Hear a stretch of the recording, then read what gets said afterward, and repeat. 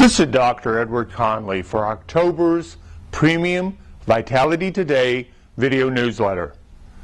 And today I want to talk with you about how something you eat, gluten, may be destroying your life.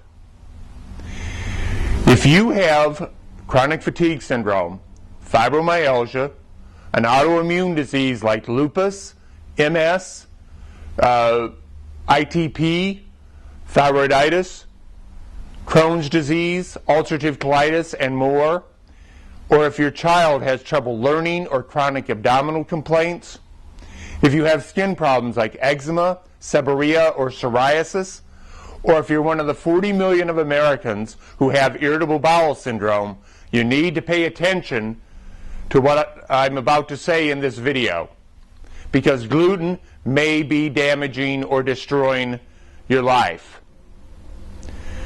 Only 5% of Americans who have gluten insensitivity are ever diagnosed.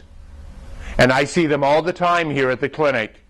People who have probably had gluten problems for 20, 30, 40 years and now have had severe damage to their joints, their muscles, their energy production, and even their cognitive abilities. And they never knew that what they were eating was the cause of their problem.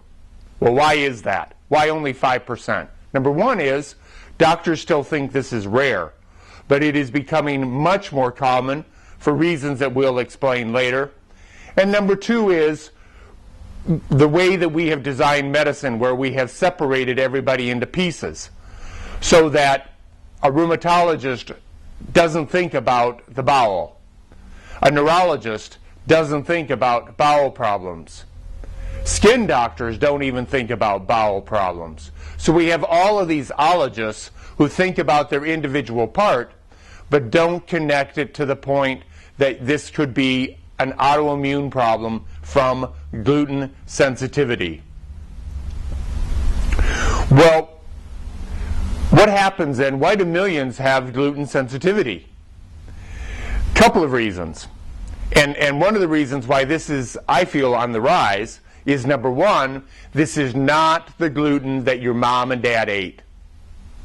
We have bred our wheat and other grains to be much higher in gluten because it makes them stickier and much easier to make into muffins, donuts, bagels, etc. They're much easier to cook with, the higher the gluten, but the higher the gluten, the more sensitivity and the more the immune challenge in our gut. And number two is due to hybrids. The fact that we have been playing around with wheat now for the last 40 or 50 years and developing all of these hybrids, we've actually developed forms of gluten that were not in the original wheat. They are different. And there's some scientists who even speculate that the gluten may cross-react and actually cause an immune reaction, much like a bacteria. There's one article I saw that says that the gluten actually resembles the antigen that's found on the bacteria syphilis, and obviously the immune system then is triggered to attack the antigen and kill it.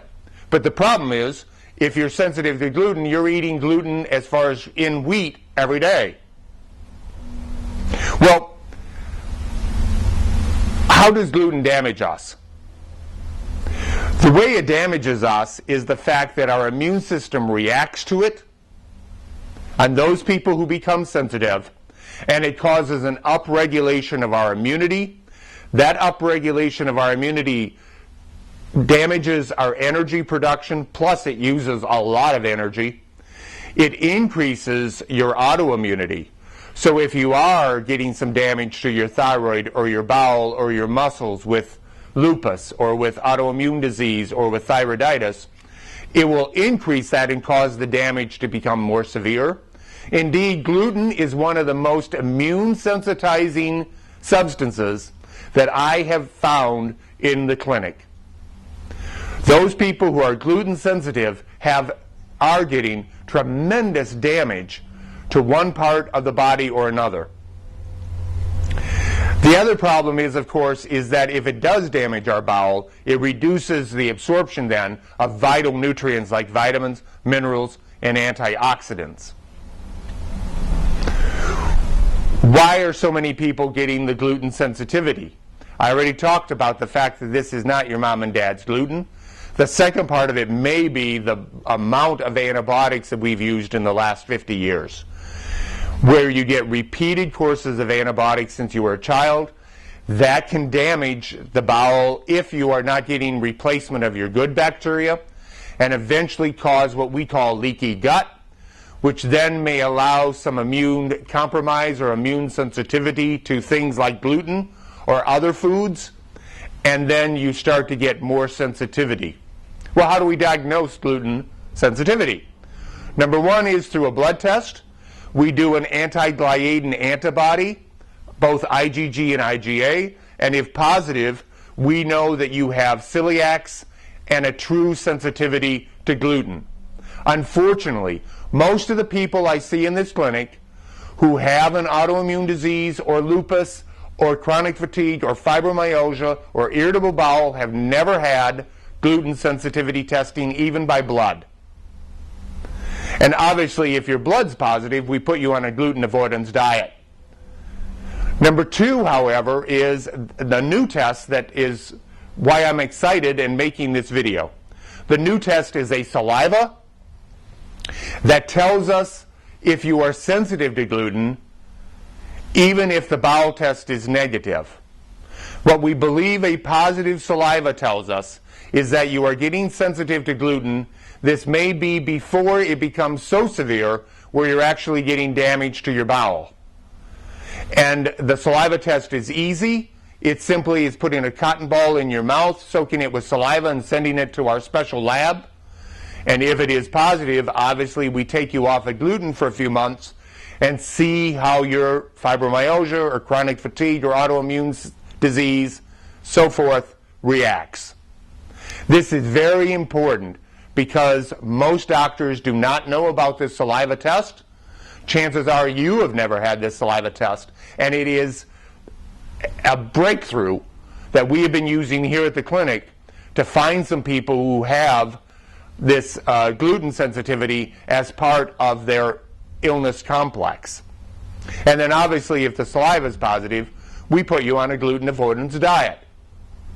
So the important point here is that if you have any of the diseases that we've talked about today, or if you know or have a loved one who has any problems with these, chronic fatigue, fibromyalgia, an autoimmune disease of which there's 120, irritable bowel syndrome, kids that can't learn or chronic abdominal complaints, chronic skin problems, make sure that you get the allergy test by blood, the anti-gliadin antibodies, and also contact us to do the saliva gluten study and make sure this is negative.